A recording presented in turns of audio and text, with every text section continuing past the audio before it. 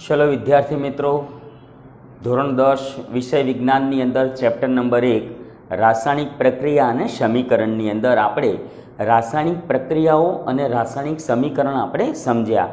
તો આજે આપણે રાસાયણિક સમીકરણનું સંતુલન કઈ રીતે કરવું એના વિશે ભણીશું। તો રાસાયણિક સમીકરણનું સંતુલન તો આપણે અગાઉ લેક્ચરની અંદર શીખેલા રાસાયણિક પ્રક્રિયાઓ અને કેટલાક સમીકરણ પણ શીખેલા, જ્યારે એ સમીકરણો સંતુલિત નહોતા, અસંતુલિત સમીકરણ હતા। હવે રાસાયણિક પ્રક્રિયાનું સંતુલન, સમીકરણનું સંતુલન કરતાં આજે આપણે શીખવાનું છે। તો પહેલો પ્રશ્ન એવો થાય કે શા માટે રાસાયણિક પ્રક્રિયાના સમીકરણને સંતુલિત કરવા જોઈએ? તો રાસાયણિક પ્રક્રિયાના સમીકરણને સંતુલિત શા માટે કરવા જોઈએ? તો એનો જવાબ છે કે કોઈપણ રાસાયણિક પ્રક્રિયાઓ થાય તો એ રાસાયણિક પ્રક્રિયાને અંતે દળ ઉત્પન્ન થતું નથી અથવા દળનો નાશ થતો નથી। એટલે કે તમે ધોરણ 9ની અંદર દળ સંચયનો નિયમ ભણ્યા છો, તો રાસાયણિક પ્રક્રિયાની અંદર તો તમે પ્રક્રિયકનું કુલ દળ અને નિપજનું કુલ દળ કેવું રહે છે? સમાન રહે છે। માટે આપણે રાસાયણિક પ્રક્રિયાનું સંતુલન કરવું જોઈએ। અને ઉપરાંત ડાલ્ટનની અભિધારણામાં તમે શીખ્યા છો કે પરમાણુનો નાશ થતો નથી કે પરમાણુને ઉત્પન્ન કરી શકાતો નથી।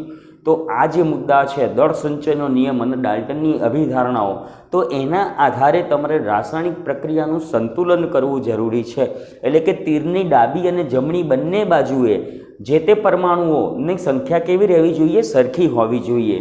અથવા તો તમે અહીંયા જુઓ કે અહીંયા એક ઉદાહરણ છે, મેં તો તમારી ટેક્સ્ટબુકનું આપણે ઉદાહરણ લીધું છે। તો તમારી ટેક્સ્ટબુકની અંદર જે આપેલું ઉદાહરણ છે કે આયર્નની પાણી સાથેની પ્રક્રિયા કરી આયર્ન ઓક્સાઇડ અને હાઇડ્રોજન વાયુ મુક્ત થાય છે। આ ક્રિયા ક્ષારણની ક્રિયા છે। તો જે લોખંડના કાટ બનવાની જે ક્રિયા આપણે કહીએ છીએ, તો અહીંયા શું છે? ધાતુની પાણી સાથેની પ્રક્રિયા છે। એટલે આયર્નની પાણી સાથે પ્રક્રિયા કરી, એટલે પાણી કે ભેજ સાથે પ્રક્રિયા કરી અને આયર્ન ઓક્સાઇડ બને છે અને હાઇડ્રોજન વાયુ મુક્ત થાય છે। તો આ પ્રક્રિયાનું આપણે સંતુલન કરવાનું છે। તો અહીંયા Feની સંખ્યા જુઓ અને અહીંયા Feની સંખ્યા જુઓ, એટલે તમને ખ્યાલ આવી જશે કે આપણું સમીકરણ એ સંતુલનમાં છે કે નહીં। તો અહીંયા Feના પરમાણુ એક જ છે, જ્યારે તમે તીરની જમણી બાજુ કહેશો તો Feના પરમાણુ 3 થયા, તો 2 Feના પરમાણુ વધી ગયા। તો આપણે તો શું હતો નિયમ કે ભાઈ પરમાણુ ઉત્પન્ન થતો નથી કે પરમાણુનો નાશ થતો નથી, અથવા તો દળ ઉત્પન્ન કરી શકાતું નથી અથવા દળનો નાશ થતો નથી। તો એના કારણે તમારે રાસાયણિક પ્રક્રિયાનું સમીકરણનું સંતુલન કરવું પડે। તો રાસાયણિક પ્રક્રિયાના સમીકરણના સંતુલનની શરૂઆત આપણે સ્ટેપ વાઇઝ કરીશું, અને ત્યાર પછી એકવાર સંતુલન આવડી ગયા પછી સ્ટેપ કરવાની જરૂર નથી। તો આપણે સ્ટેપ નંબર 1, તો પહેલું સ્ટેપ જોઈએ આપણે, જેને આપણે સોપાન 1 કહેશું ગુજરાતીમાં, અથવા તો સ્ટેપ 1 કહેશું, બંને વસ્તુ એક જ છે।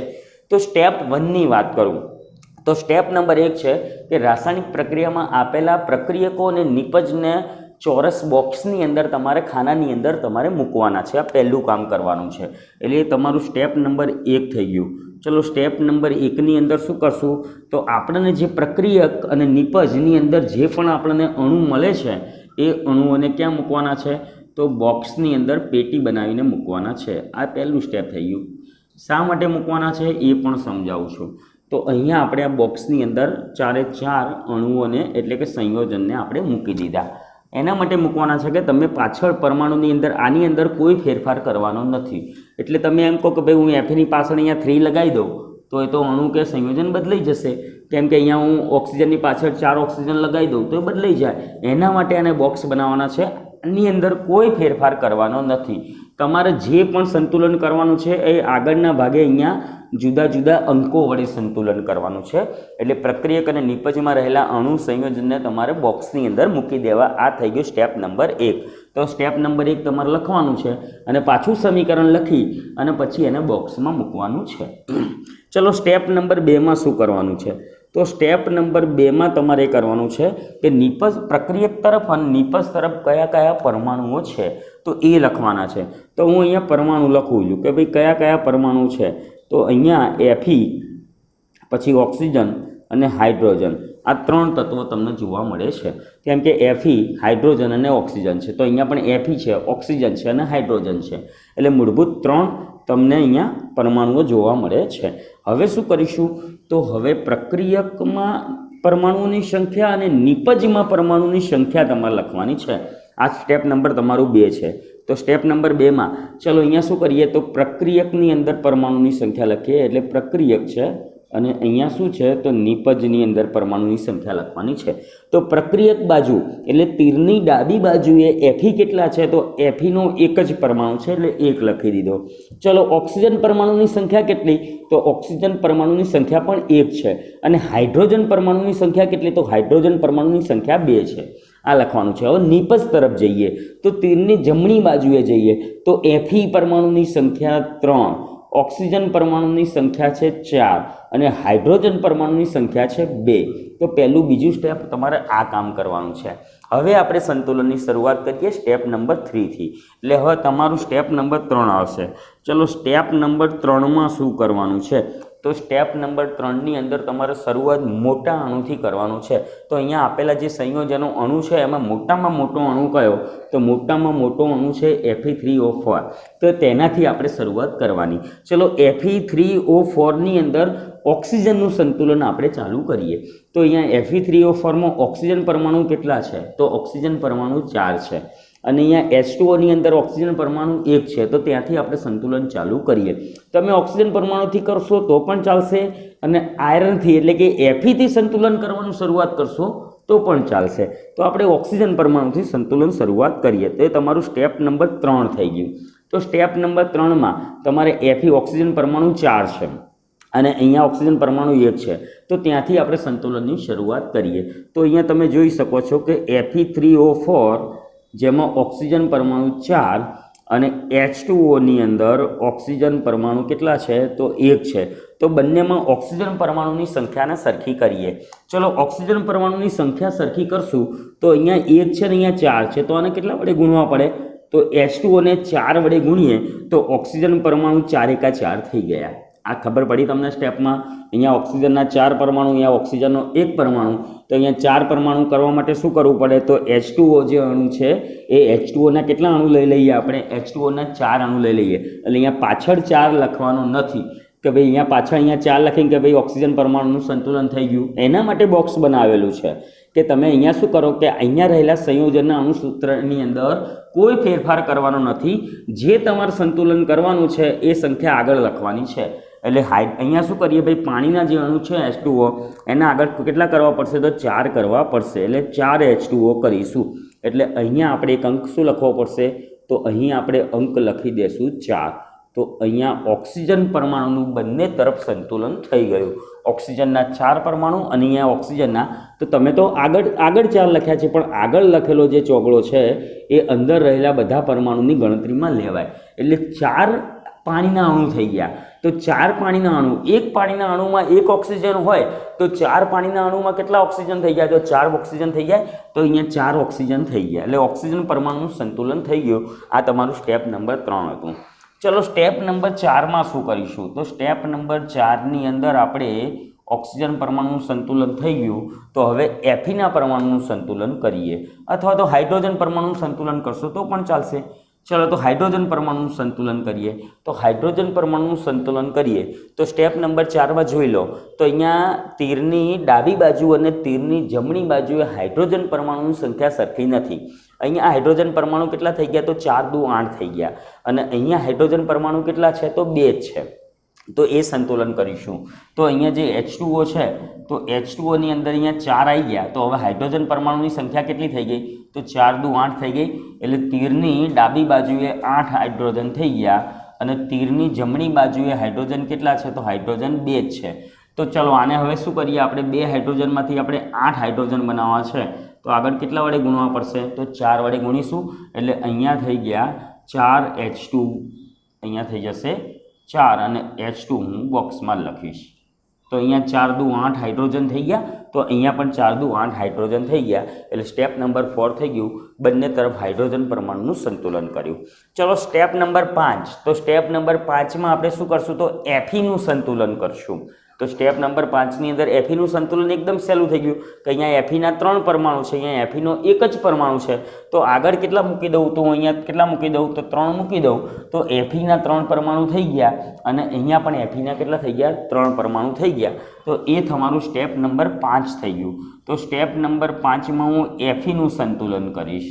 ચલો અહીંયા હાઇડ્રોજન પરમાણુનું સંતુલન કર્યું હતું. તો અહીંયા કેટલા મૂકવા પડશે ભાઈ 3 Fe થઈ જશે અને આ બાજુ શું છે Fe3. તો બંને તરફ 3 આયર્નના પરમાણુ થઈ ગયા। તો આ સ્ટેપ નંબર તમારું 4 થઈ ગયું। તો હવે અહીંયા સમીકરણની અંદર પરમાણુઓનું સંતુલન થઈ ગયું। પાછા આપણે શું કરીએ તો ભાઈ તીરની ડાબી જમણી બંને તરફ પરમાણુઓની સંખ્યા ગણી લઈએ। ચલો આયર્નની વાત કરીએ તો આયર્ન 3, તો અહીંયા પણ કેટલા છે? આયર્ન 3 થઈ ગયા। ચલો હાઇડ્રોજન 4 દુ 8, તો હાઇડ્રોજન 4 દુ 8 થઈ ગયા। ચલો ઓક્સિજન 4 અને અહીંયા પણ ઓક્સિજન કેટલા થઈ ગયા? 4। તો અહીંયા આપણે શું થયું? રાસાયણિક સમીકરણનું સંતુલન થઈ ગયું। હવે સ્ટેપ નંબર તમારું એ 5 હતું। સ્ટેપ નંબર 6માં શું કરવાનું છે? તો સ્ટેપ નંબર 6ની અંદર આપણે પ્રક્રિયક અને નિપજની આપણે અવસ્થા લખવાની છે, ભૌતિક અવસ્થાઓ જે આપણે કાલે શીખેલા, તો અગાઉના લેક્ચરની અંદર આપણે શીખેલા। તો ભૌતિક અવસ્થાની અંદર વાત કરીએ તો આયર્નની ભૌતિક અવસ્થા શું થશે? તો એ સોલિડ છે, એટલે આપણે નીચે લખવાનું છે S। ઓકે, સોલિડ એટલે ઘન સ્વરૂપમાં હોય। ચલો H2O ની ભૌતિક અવસ્થા, H2O પાણીની ભૌતિક અવસ્થા શું થશે? L, લિક્વિડ ફોર્મમાં હોય। Fe3O4, તો Fe3O4 એટલે પાછું સોલિડ થશે તો અને આ સોલિડ Fe3O4 એટલે સોલિડ થશે, ઘન સ્વરૂપમાં, લોખંડનો કાટ છે। અને H2 એટલે હાઇડ્રોજન વાયુ છે, તો વાયુ માટે શું લખવાનું? તમારે G લખવાનું। અને G ના લખો તો વાયુરૂપ નિપજ માટે વાત કરી હતી ઉપર તીરની નિશાની, તો આ લખી દીધી ભૌતિક અવસ્થા। તો અહીં આ રીતે વિદ્યાર્થી મિત્રો તમે રાસાયણિક સમીકરણનું સંતુલન કરી શકો। ચલો વિદ્યાર્થી મિત્રો, રાસાયણિક પ્રક્રિયાના સમીકરણનું સંતુલન માટે એક્ઝામ્પલ નંબર 2 બનીશું। તો એક્ઝામ્પલ નંબર 2 છે પ્રકાશ સંશ્લેષણની ક્રિયા। તો પ્રકાશ સંશ્લેષણની ક્રિયાનું તમે સમીકરણ ચેપ્ટર નંબર 6 જૈવિક ક્રિયાની અંદર ભણી ગયા છો। તો એ સમીકરણનું આપણે સંતુલન કરવાનું છે। તો અહીંયા મેં તમને રાસાયણિક સમીકરણ આપેલું છે જે સંતુલનમાં નથી, જે પ્રકાશ સંશ્લેષણની ક્રિયા માટેનું સમીકરણ છે। તો લીલી વનસ્પતિ સૂર્યપ્રકાશની હાજરીમાં ક્લોરોફિલ નામના રંજક દ્રવ્ય કણનો ઉપયોગ કરી અને ઓક્સિજન અને કાર્બન ડાયોક્સાઇડ અને પાણીનો ઉપયોગ કરી અને કાર્બનિક ખોરાક એટલે કે ગ્લુકોઝ બનાવે છે। અને આ ક્રિયા દરમિયાન ઓક્સિજન અને પાણી છૂટા પડે છે। તો આ પ્રકાશ સંશ્લેષણની ક્રિયાનું સમીકરણ છે, જેનું આપણે શું કરવાનું છે? સંતુલન કરવાનું છે। તો આપણે સંતુલનની શરૂઆત કરીએ। સ્ટેપ નંબર 1, તો આપેલા જે બંને તરફ ડાબી બાજુ અને જમણી બાજુ આપેલા જે અણુઓ છે એને તો પહેલાં બોક્સ બનાવી દઈએ। તો આપેલા અણુઓને મેં બોક્સ બનાવી દીધા, પહેલું સ્ટેપ થઈ ગયું।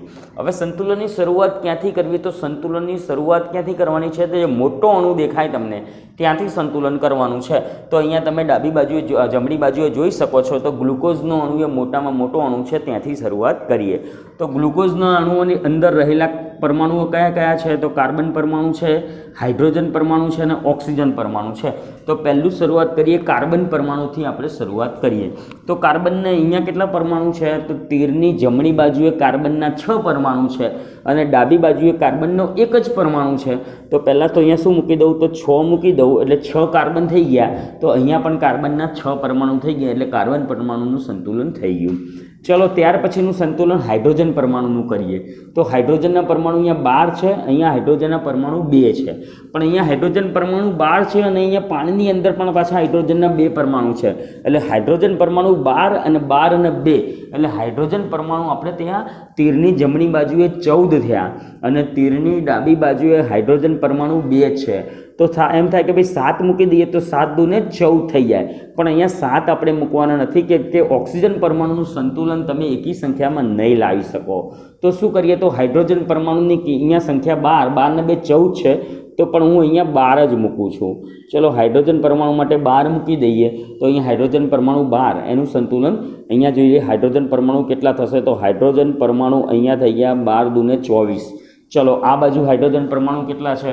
તો 12 અને 12 ને 2 14 હાઇડ્રોજન પરમાણુ છે, તો 24 છે અને આ બાજુ 14 છે। તો શું કરીએ? તો અહીંયા હું 6 મૂકી દઉં।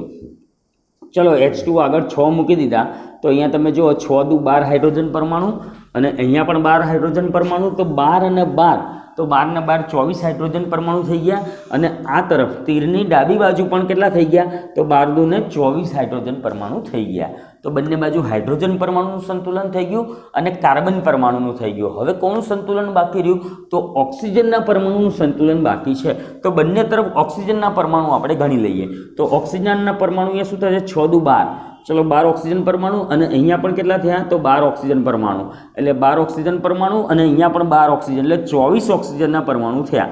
तो चलो आ बाजू तीरनी आ बाजू आई जाओ तो तीरनी આપણે જમણી બાજુ ઓક્સિજન પરમાણુ કેટલા છે 6 પછી અહીંયા ઓક્સિજન પરમાણુ 2 અને અહીંયા ઓક્સિજન પરમાણુ પાછા કેટલા છે 6 એટલે 6 અને 6 12 12 ને 2 14 ઓક્સિજન પરમાણુ છે તો હવે શું કરીએ તો અહીંયા હું 6 મૂકી દઈએ આપણે તો આની અંદર તો 6 અને અહીંયા પણ આનું સંતુલન ખાલી બાકી રહેલું તો 6 6 દુ 12 तो आ ऑक्सीजन परमाणु थी गया 12 तो हवे अहींया ऑक्सीजन परमाणु तमे गणतरी कर दीजिए बंने तरफ तो ऑक्सीजन परमाणु 6 अहींया ऑक्सीजन परमाणु 6 दू 12 અને ऑक्सीजन परमाणु अहींया केटला थशे तो 6 दू ने 12 तो अहींया पण केटला थया 6 दू ऑक्सीजन परमाणु 6 एका 6 थया सॉरी हाइड्रोजन परमाणु गणतरीमां आई गया तो 6 अहींया 6 दू 12 અને ऑक्सीजन परमाणु તમે જોઈ શકો છો તો ऑक्सीजन परमाणु अहींया 24 થઈ ગયા અને તીરની ડાબી બાજુ પણ ऑक्सीजन परमाणु 24 થઈ ગયા ફરીથી સંતુલનને આપણે ચેક કરી લઈએ તો એકવાર ચેક કરવા માટે શું કરીએ હાઇડ્રોજન છે કાર્બન છે હાઇડ્રોજન અને ઓક્સિજન તો શું કરીએ ડાબી બાજુએ અને જમણી બાજુએ પરમાણુની સંખ્યા ગણી લઈએ